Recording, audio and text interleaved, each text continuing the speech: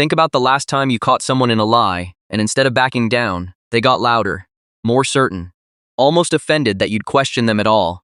And somewhere in that moment, you started to doubt yourself instead of them. That's not an accident. That's not you being naive. That's a very specific mistake happening in real time. One that almost everyone makes without realizing it. It's the exact mistake that lets liars walk away feeling untouchable. Here's the uncomfortable truth. The mistake isn't believing the lie. Most people deep down sense when something doesn't add up. The mistake happens right after that moment of doubt, when instead of trusting what they noticed, they immediately start looking for a reason to explain it away. This is where confirmation bias quietly takes over.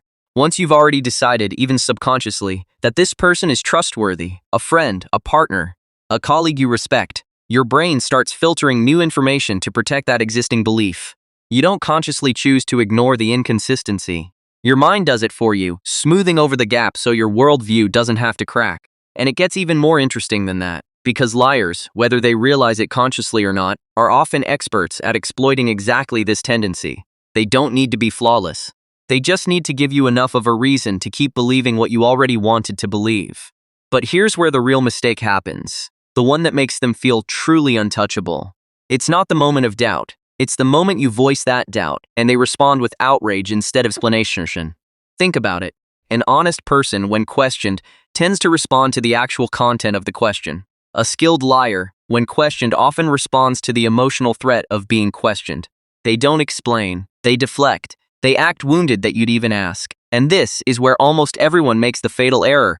They mistake that emotional reaction for innocence. This connects to something called gaslighting, a pattern where someone consistently redirects reality away from what actually happened and toward "how dare you doubt me."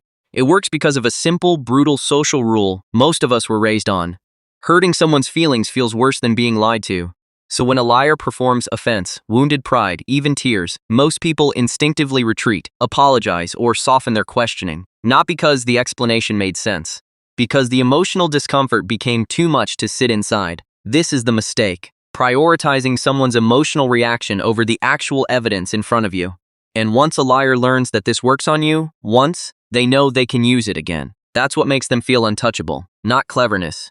Repetition of a tactic that's already succeeded before. So how do people who see through this actually protect themselves? There are 3 shifts that change everything. The first is separating the emotion from the evidence. When someone reacts with outrage to a reasonable question, the healthy response isn't to soothe them or retreat.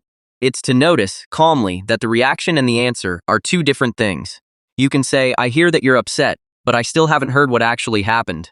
This isn't cruelty. It's simply refusing to let discomfort function as proof of innocence. The second is watching for specificity, not sincerity. Liars are often very good at sounding sincere because sincerity is a performance of tone. What's much harder to fake convincingly is specific, consistent detail under follow-up questions. Real memories tend to hold up when you ask again later, from a different angle.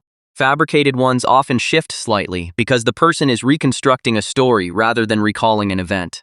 This taps into cognitive load again. Maintaining a false narrative under scrutiny takes real mental effort, and cracks tend to show in the details, not the delivery.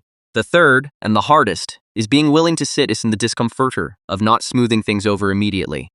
Most people rush to resolve tension because unresolved tension feels unbearable. But a liar is counting on that urgency. They're counting on you wanting peace more than you want the truth. The people who are hardest to manipulate are the ones who can tolerate an uncomfortable silence, an unresolved question, a relationship that feels tense for a day without collapsing into reassurance just to make the discomfort stop. There's also something deeper happening underneath all of this, something related to status dynamics. Every time someone successfully uses emotional reaction to shut down a valid question, they're not just avoiding accountability. They're quietly establishing who holds more power in that relationship. And the more it works, the more entrenched that dynamic becomes, until you're the one apologizing for asking a fair question in the first place. Recognizing this pattern doesn't mean becoming suspicious of everyone, or treating every relationship like an interrogation. It means understanding that discomfort is not evidence, that outrage is not honesty, and that your original instinct, the one you talked yourself out of, deserves more respect than it usually gets. The mistake that makes liars feel untouchable isn't something they do. It's something we allow, over and over, without noticing the pattern until it's already cost us something. True power is rarely about controlling other people. It's about controlling yourself. If you want to understand more about the psychology behind manipulation, deception, and emotional control, consider subscribing. There's more going on beneath the surface of every conversation than most people ever stop to notice.